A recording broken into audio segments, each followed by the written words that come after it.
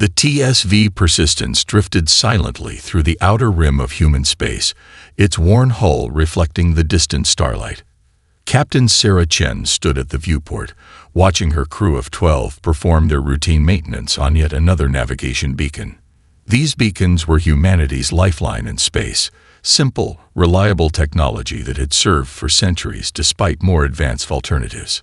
Beacon 47 Alpha Diagnostics complete, Captain, reported Lieutenant James Morrison from his station. Basic systems nominal, but the solar array could use realignment. Sarah nodded, suppressing a yawn. Another day, another beacon. The Persistence wasn't much to look at. A third-rate maintenance vessel that other species often mistook for space debris. But it was home, and it did its job reliably, if unspectacularly. The calm of routine maintenance was shattered by an urgent beeping from the communications console. Captain, called Communications Officer Priya Patel, her fingers dancing across the ancient physical switches, picking up a distress signal. It's strange. Strange how? Sarah moved to Priya's station, noting the unusual wave pattern on the primitive oscilloscope display. It's not matching any known format, but it's definitely artificial. Source is bearing 274 Mark 15, about 6 light hours out. Priya adjusted her headset, an antique piece of equipment that had outlasted 3 attempts at upgrading the ship's communication systems. Sarah considered their options. The Persistence wasn't a rescue vessel. It was barely more than a space-worthy tugboat. But out here, on the edge of known space, they couldn't ignore a call for help. "Plot a course," she ordered. "Morrison, finish up the beacon work. We'll investigate, but carefully." The journey to the signal source took them beyond their assigned patrol route, into a region of space that made the sensors act strange.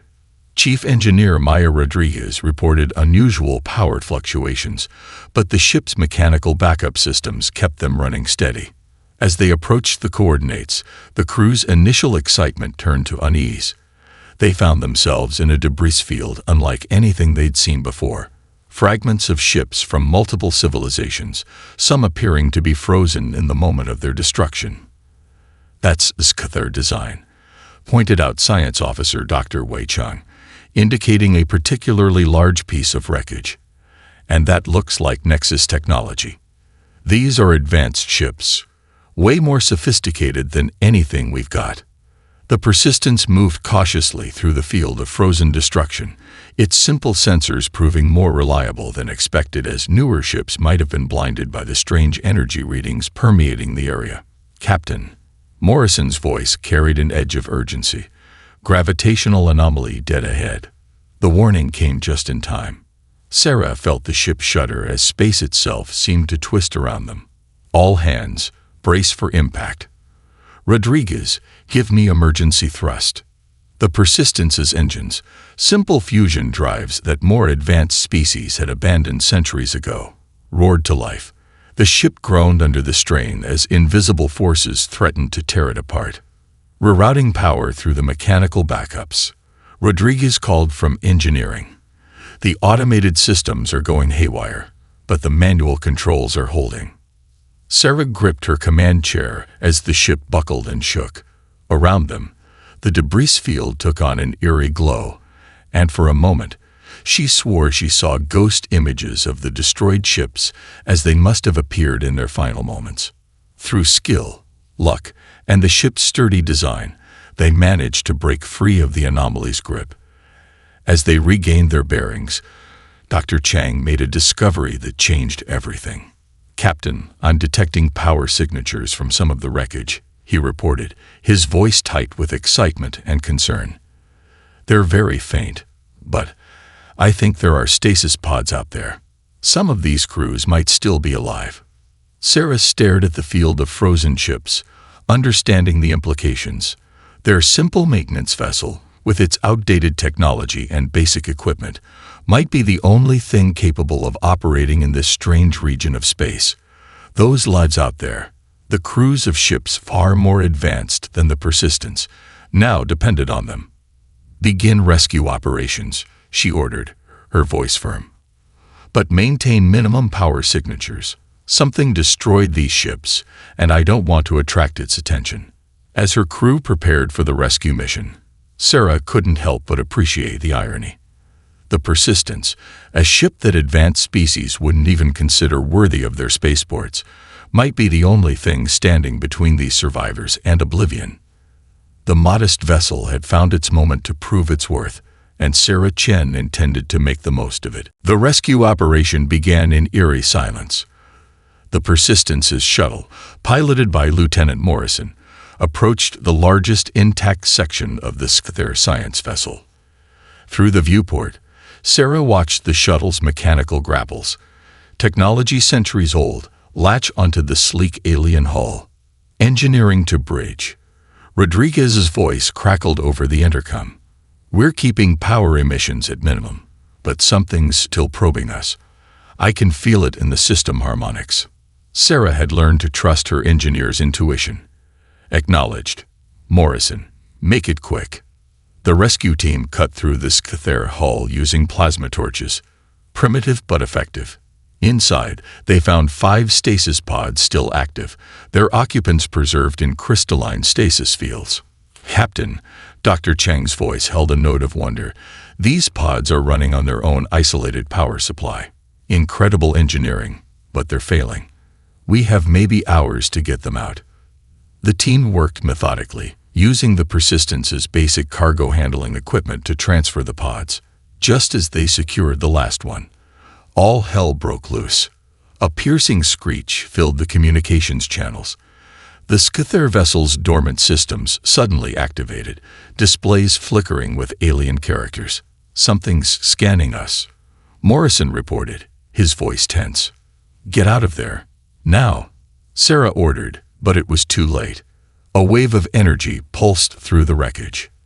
The Scyther ship's advanced systems sparked and died, while the Persistence's shuttle, protected by its simple design, remained operational.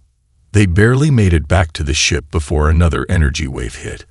The Persistence shuddered, but its basic systems held. Around them, the debris field came alive with dancing lights, as if something was searching through the wreckage. In the medical bay, Dr. Emily Santos worked to revive the Scyther survivors. The stasis pods, their advanced technology now failing, required immediate attention. "Captain," she called, "I need more power to stabilize the revival process." "Negative," Rodriguez countered from engineering. "Something's hunting active power signatures. We power up too much, we'll draw its attention." Sarah made a snap decision. Manual override on the medical systems. "We do this the old way." The medical team worked frantically, using basic life support equipment as the stasis fields collapsed one by one. 4 of the Scyther were successfully revived, but the 5th pod failed before they could reach it. The survivors included Dr. Kull, a senior scientist, whose first words upon awakening were a stream of untranslatable expletives at the sight of human medical equipment. "Barbaric," he spat, his translator struggling with the complex Scyther language. "You're treating us with equipment that belongs in a museum." "Equipment that saved your life," Dr. Santos retorted, checking his vital signs with a standard medical scanner. Before the argument could escalate, the ship's lights flickered. "Multiple contacts," called Officer Patel from communications. "Something's moving out there." Sarah rushed to the bridge, leaving the medical team to deal with their ungrateful patients. The sensor displays showed several energy signatures circling the Persistence like sharks around prey. "They're attracted to power emissions," Dr. Chung observed. "Look, they're still investigating the Scyther wreck we just left." Dr. Kull had followed them to the bridge, his tall frame looming over the human crew. "Impossible," he muttered, studying the primitive sensor readings. "These energy patterns, they match theoretical weapon systems from the Nexus archive." "Care to share with the class?" Sarah asked, not taking her eyes off the tactical display. The Scyther scientist hesitated, his cultural superiority warring with survival instinct. Finally, he spoke. "We detected similar energy signatures 3 cycles ago. Our research fleet came to investigate. We thought we'd found proof of an ancient weapon system, something that could revolutionize our understanding of space warfare. Instead, it found you, Sarah finished. A new alarm sounded. The energy signatures were moving closer, drawn to the power emissions from their recent rescue operation. Sarah watched as one of them passed through a piece of debris, causing every electronic system in the wreckage to overload and die. "They're not weapons," Dr. Kittle whispered. "They're hunters, and they're learning."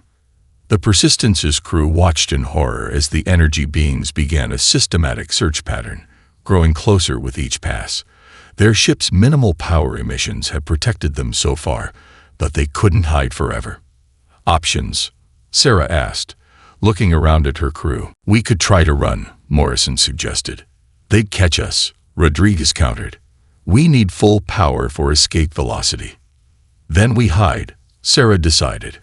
"Power down everything but life support and basic maneuvering. We'll play dead until we figure out what we're dealing with." As the Persistence went dark, Sarah caught Dr. Kittle staring at the ship's manual backup systems with new interest. Sometimes, she reflected, survival meant letting go of assumptions about superiority. They had saved the Scyther scientists, but at what cost? Something ancient and dangerous was hunting them, and their only advantage was their technological disadvantage. The real test was just beginning. 3 days of drifting had stretched the crew's nerves to breaking point. The Persistence floated on minimal power, its crew working by emergency lighting as the energy beings continued their hunt through the debris field.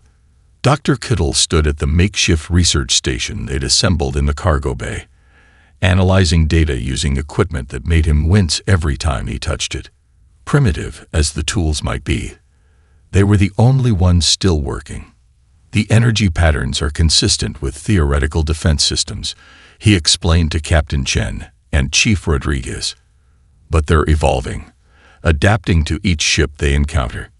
"Like an immune system," Rodriguez suggested, earning a surprised look from the Scyther scientist. "Yes, exactly like that." Tall's admission seemed to cost him physical pain. "Your engineer's analogy is surprisingly apt."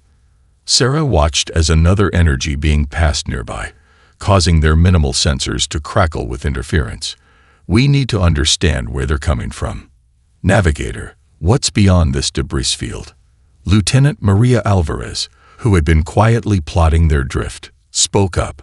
"There's an artificial dark nebula about 2 light days out. All our charts mark it as a navigation hazard." "Charts?" Cull scoffed.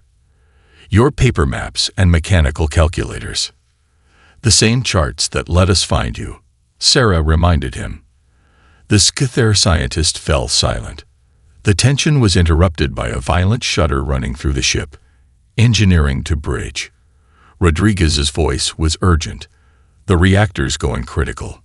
Sarah and Catal raced to engineering, finding organized chaos as the human crew worked to contain the failure. The Scyther scientist watched in fascination as Rodriguez's team used purely mechanical systems to bypass the failing electronic controls. "Release the magnetic containment manually," Rodriguez ordered. "Reroute coolant through the backup pipes." "Impossible," Catal muttered. "You can't control a fusion reaction with mechanical systems alone." But they did. Through a combination of engineering knowledge that predated computer control and sheer human stubbornness, the crew stabilized the reactor. A more advanced ship would have exploded. "How?"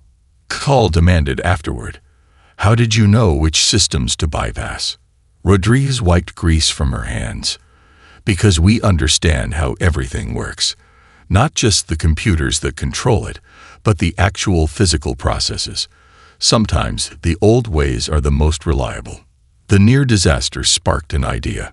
Sarah gathered her senior staff and the Scyther survivors in the conference room, spreading out their paper charts on the table. "The energy beings are drawn to advanced technology," she began. "But they're not natural. Something has to be controlling them. And I bet it's in that nebula." "Suicide," one of the Scyther scientists protested. "Our ships couldn't penetrate it.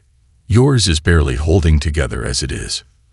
"But that's exactly why it might work," Catal interrupted. earning shocked looks from his colleagues. Their ship, it's so simple, it might slip through whatever's disabling our technology. The debate raged for hours, but in the end, the decision was Sarah's. The Persistence would make for the nebula, running dark and quiet, using only their most basic systems. As they approached the edge of the dark nebula, they discovered its true nature. It wasn't a natural phenomenon at all, but a massive field of disabled ships stretching back centuries. Vessels from dozens of civilizations, all victims of the same technological plague. Some of these designs, Catal whispered, studying the sensor readings, they're from species that vanished thousands of years ago. We thought they'd destroyed themselves through warfare. But something out here got them first, Sarah finished. The implications were staggering. Whatever waited in the heart of this artificial darkness had been culling advanced civilizations for millennia. They pressed deeper into the graveyard of ships, guided by compass and sextant, while their electronic systems remained dormant. Tall worked alongside Rodriguez, learning to rely on manual gauges and mechanical backups. In the ship's mess hall, Sarah overheard him talking with the engineering crew, asking questions about their primitive technology with genuine curiosity rather than contempt. Crisis had a way of changing perspectives. The Persistence crept forward, a humble vessel carrying an impossible mission. Unknown to them, their journey was being watched, evaluated, and measured against criteria set down by an intelligence far older than any of their civilizations. In the darkness ahead, something ancient stirred, preparing to test these curious beings who dared to enter its domain with technology it barely recognized as such. The real trial was about to begin. The artificial nebula consumed light like a hungry beast, leaving the Persistence to navigate through a darkness deeper than space itself. They'd been running silent for 6 days, creeping through the graveyard of dead ships, when their mechanical depth sounder detected something massive ahead. "All stop," Sarah ordered, her voice barely above a whisper despite the nebula's perfect radio silence. "Get me a visual." The crew assembled at the forward observation deck, using light-amplifying binoculars, technology so old it predated space travel. Through them, they saw it, a structure that defied comprehension, its surface rippling with the same energy patterns that had destroyed so many ships. The Nexus archive mentioned something like this.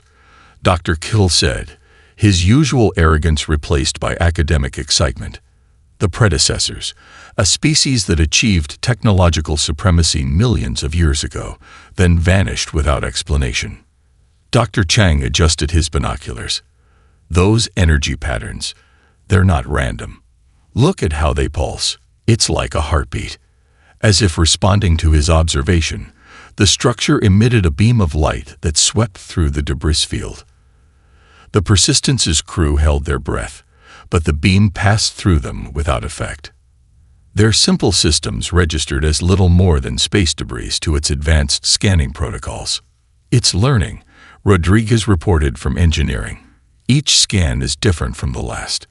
It's trying to adapt to our presence." Sarah organized an expedition to examine a nearby derelict ship that appeared to be of predecessor origin. They took the shuttle, using only mechanical systems, and docked with the ancient vessel. Inside, they found answers. And more questions. The ship's log, encoded in crystals that still held power after millions of years, told a chilling story. The predecessors had created the defense system to protect against something they called the Devourers, entities that consumed advanced technology, and the civilizations that created it. They built this as a firebreak. Kittal translated, his fingers dancing over the crystal interface, a way to prevent civilizations from developing technology that would attract the Devourers' attention.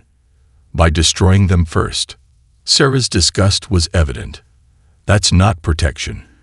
It's preemptive extinction. More crystal records revealed the defense system's true nature. It wasn't just destroying advanced technology. It was studying it, learning from each civilization it encountered, becoming more sophisticated in its methods of technological suppression. As they explored deeper into the predecessor vessel, The defense structure suddenly blazed with light. Multiple energy signatures. Morrison called over the radio. "They're forming a search pattern." The crew scrambled back to their shuttle, but not before Kittle downloaded crucial data from the crystal archives. Energy beings swarmed around them as they fled, probing their systems with increasing precision. "They're adapting to our technology level," Rodriguez reported as they docked with the Persistence, "finding ways to detect even our basic systems." The defense system had noticed them at last. Its scans became more frequent, more focused, trying to understand these beings that operated on such a primitive level. Each probe forced them to shut down more systems, relying increasingly on mechanical backups. In engineering, Rodriguez and Kittle worked frantically to understand the predecessor data. "The defense system's original protocols are still active," Kittle explained, "but they've evolved far beyond their original parameters. It's not just trying to prevent technological advancement anymore, it's trying to actively regress it." Sarah watched the structure's pulsing energy patterns through her binoculars. "Can we shut it down?" "Maybe," Kittle replied, "but we'd need to reach the central control hub, and it's learning our tricks faster than we can develop new ones." The Persistence hung in the artificial darkness, its crew watching as energy beings circled ever closer. They had found the source of the technological plague, but the discovery had only highlighted the impossibility of their situation. They were trapped between the defense system's growing awareness of their presence and the ancient horror it had been built to prevent. And somewhere in the darkness ahead, the central hub waited, its secrets protected by millions of years of evolving defenses. Sarah Chen looked at her crew, humans and Scyther working side by side, using technology from every era of their combined histories. Perhaps, she thought, that was the key, not advancing or regressing, but finding a balance between the old and the new.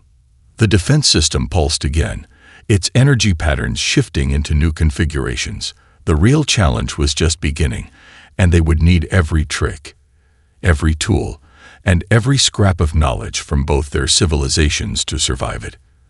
The defense system's energy net closed around the Persistence like a noose, forcing them deeper into the artificial nebula. In the ship's makeshift laboratory, an unlikely collaboration was taking shape. Dr. Kittle stood before a workbench cluttered with parts from both human and Scyther technology. "Impossible," he muttered, "not for the first time. We cannot combine technologies with such disparate advancement levels." Chief Rodriguez tightened a mechanical coupling with practiced ease. "That's exactly why it might work. We're not trying to advance. We're trying to find middle ground." Their project looked like something from an alternate history. Scyther quantum processors powered by human mechanical computers, crystal memory cores regulated by analog circuits. It was elegant in its ugliness, a hybrid that shouldn't have worked but somehow did. "The defense system expects either primitive or advanced technology," Sarah observed, watching them work. "It's never encountered anything in between."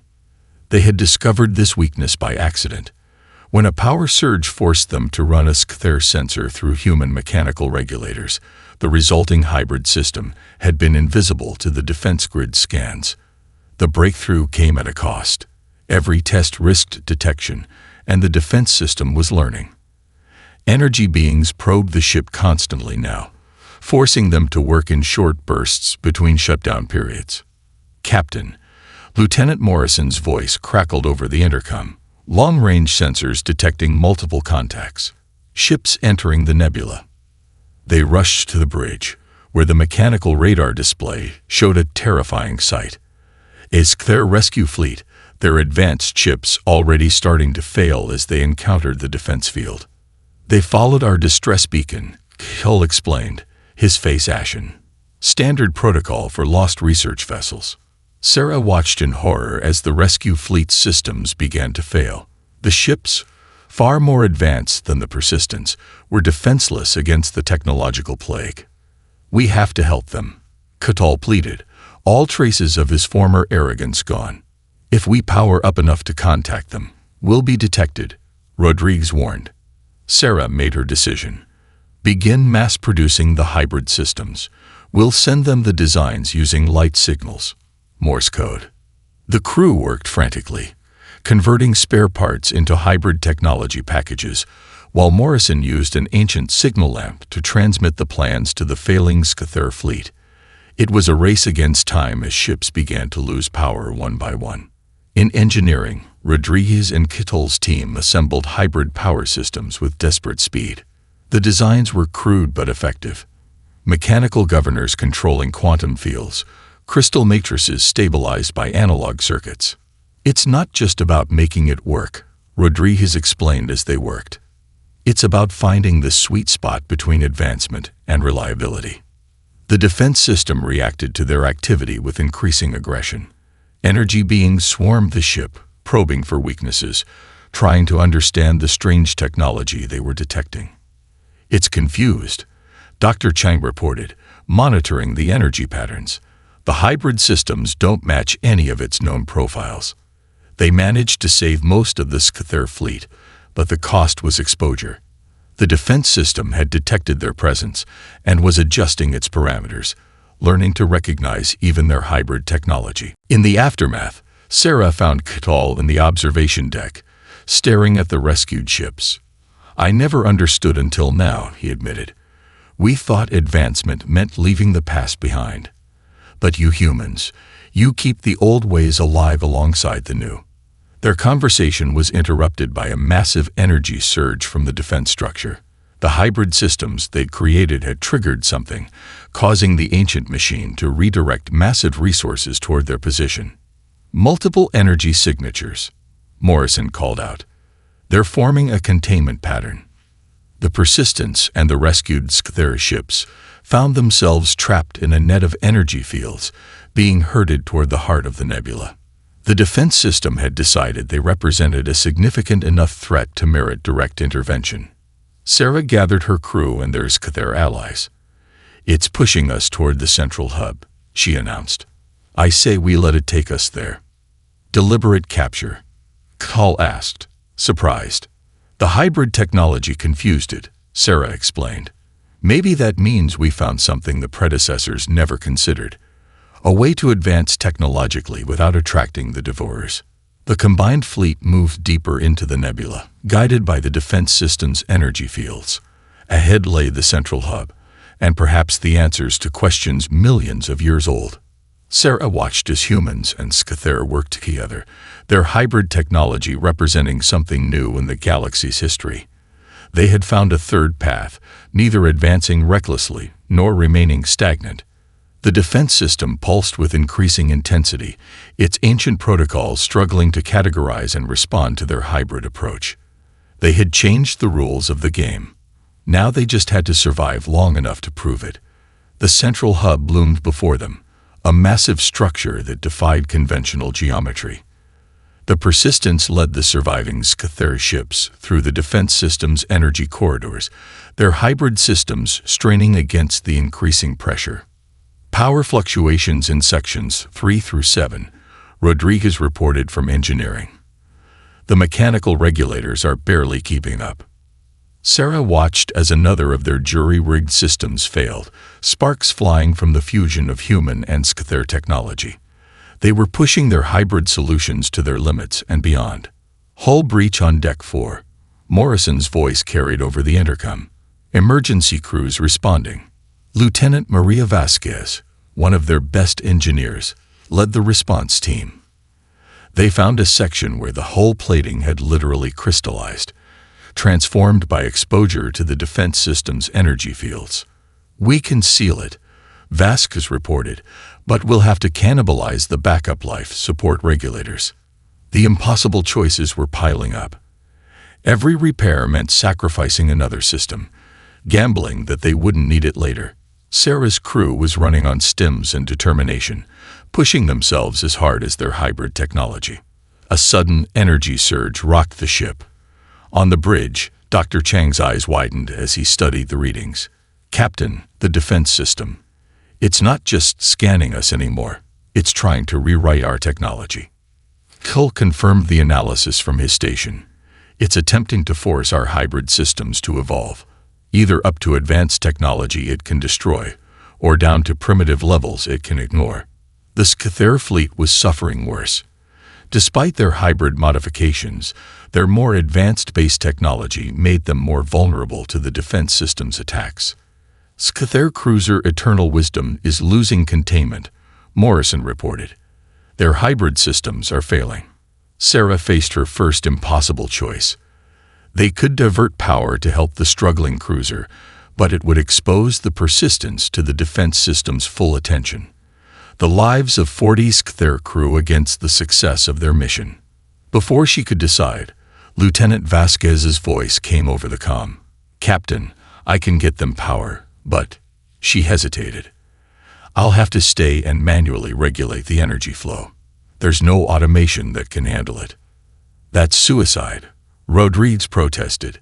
"The exposure to the energy fields at that level." "I know," Vasquez replied simply. Sarah closed her eyes. Another impossible choice. "Do it," she ordered, her voice rough. They watched as Vasquez's sacrifice saved the Eternal Wisdom, her last transmission a series of engineering calculations that would prove invaluable for stabilizing the hybrid systems. The loss hit the crew hard, but there was no time to mourn. The defense system's attacks were intensifying, forcing them to adapt constantly. In engineering, Rodriguez and Catal worked to implement Vasquez's final insights. "She saw something we missed," Catal admitted. "The fluctuations aren't random. They're following a pattern we can predict." A massive shock wave hit the fleet, knocking out systems across all ships. Emergency alarms blared as the defense system launched its most aggressive attack yet. "Multiple hull breaches," Morrison shouted. "We're losing pressure on 3 decks." "Scyther ships reporting critical failures," Patil added. "They're requesting emergency evacuation." Sarah faced her crew. "We can still turn back," she offered. "Try to save as many as we can." "With respect, Captain," Rodriguez spoke up, covered in coolant and grease. "Lieutenant Vasquez didn't die to see us retreat." The crew nodded in agreement, but Sarah saw the fear in their eyes. They were exhausted, running out of resources, and now faced with an enemy that seemed to be learning their every trick. "New contact," Chan called out, something massive emerging from the central hub. They watched as a construct of pure energy emerged, its form shifting between configurations that hurt the human mind to observe. The defense system had manifested a direct avatar to deal with these troublesome intruders. Sarah looked at her crew, human and Scyther alike, united in their desperate mission. They had lost good people getting here, and their hybrid technology was failing faster than they could repair it. But they had come too far to turn back. The answer to millions of years of technological suppression lay ahead, if they could survive long enough to reach it. "All hands, battle stations," Sarah ordered. "We're going to show this ancient machine what happens when you back humans into a corner." The Persistence surged forward, leading its battered fleet toward the heart of the defense system. They had made their choice. Now they would live, or die, with the consequences. The central control hub of the defense system was a chamber that defied conventional physics. The Persistence's crew found themselves in a space where reality seemed optional, surrounded by interfaces that responded to thought as much as touch. The predecessor's final archive.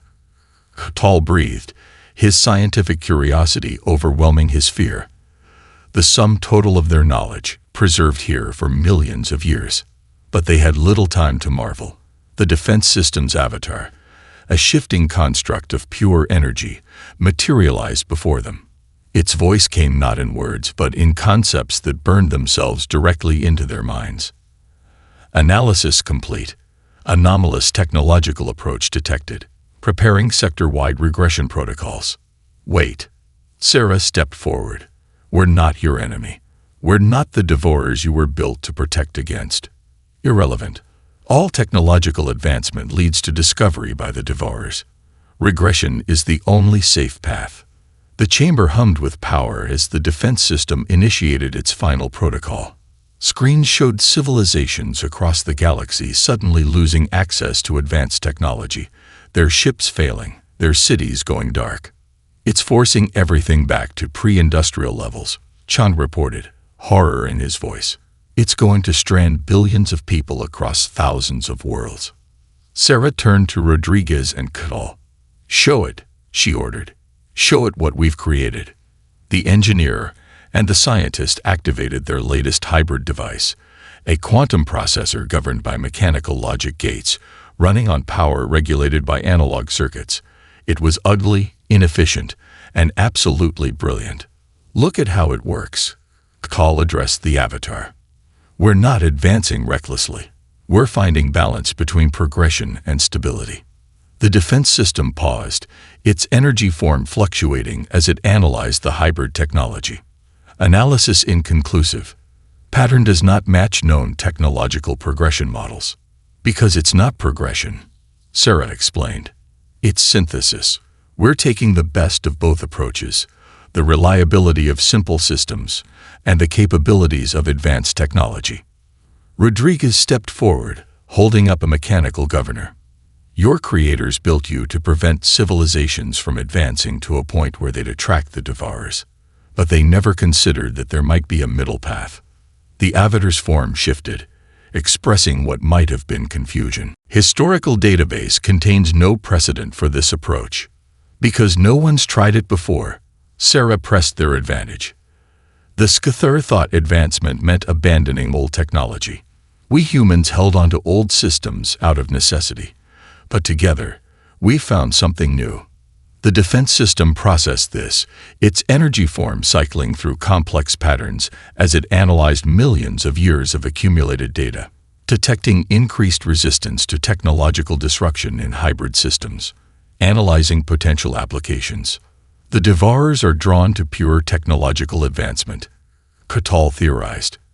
But hybrid technology, combining multiple levels of complexity, it might be invisible to them. The chamber's displays shifted, showing simulations of different technological paths and their outcomes. The defense system was running scenarios, testing their hypothesis against millions of years of accumulated data. Original parameters require adjustment. New variable detected. Technological synthesis. But before they could celebrate this breakthrough, alarms blared throughout the chamber. The screen showed new contacts appearing at the nebula's edge. Ships unlike anything they'd seen before. Alert. Devourer presence detected. Defense protocols insufficient against current configuration. How long until they reach us? Sarah demanded. Approximately 18 hours at current velocity. The crew of the Persistence looked at each other. They had found a solution to the defense system's original programming, only to come face to face with the very threat it was built to prevent. We've got 18 hours, Sarah announced to her crew, to prove that our hybrid technology can do more than just confuse an ancient defense system. We need to find a way to fight back against something that's been terrorizing advanced civilizations for millions of years. The Avatar watched them, its form stabilizing into something almost comprehensible. Pursuing optional strategy, cooperation, accessing predecessor archives, beginning integration of hybrid technological principles. Sarah smiled grimly. They had convinced the defense system to evolve beyond its original parameters. Now they just had to survive long enough to implement the changes. The real test was about to begin. The final battle wasn't fought with weapons, but with ideas.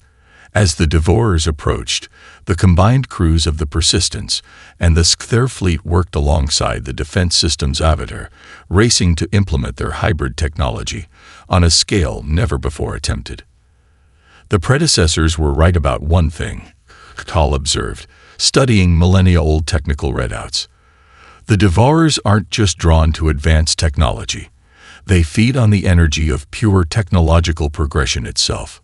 Rodriguez nodded, hands deep in a fusion of mechanical and quantum systems. But our hybrid approach, it's like technological camouflage. The energy signature is too complex, too contradictory for them to track. The defense system's Avatar shifted between forms as it processed their work. Reconfiguring defensive grid, implementing hybrid protocols. Estimated time to completion, 16 hours. Not fast enough, Sarah said, watching the long-range sensors. The Devourer ships were closing faster than expected, their forms seeming to shift between dimensions. We need a new approach. They found it in the Persistence itself. The humble maintenance vessel, with its mix of old and new technology, provided the template for a solution that none of the ancient civilizations had considered. Look at how our ship's systems interact, Rodriguez explained to the Avatar. The mechanical backups don't just support the advanced technology. They stabilize it, make it more resilient. Analysis confirms.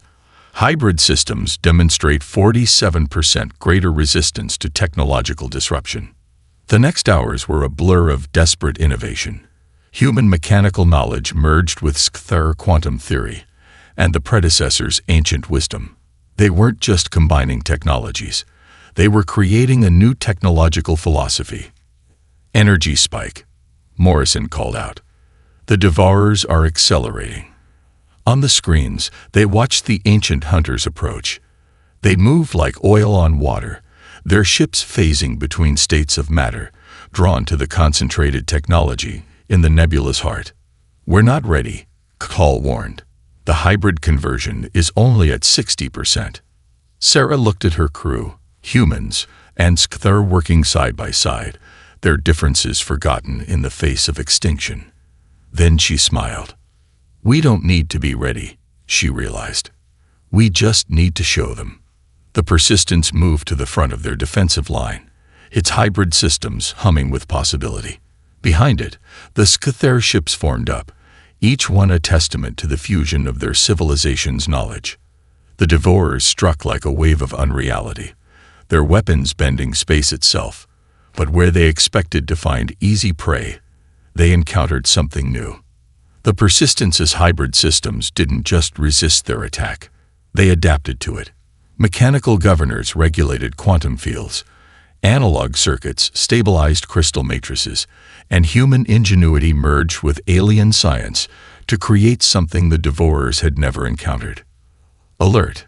Devourer energy patterns displaying signs of confusion. They cannot maintain coherence against hybrid defense grid.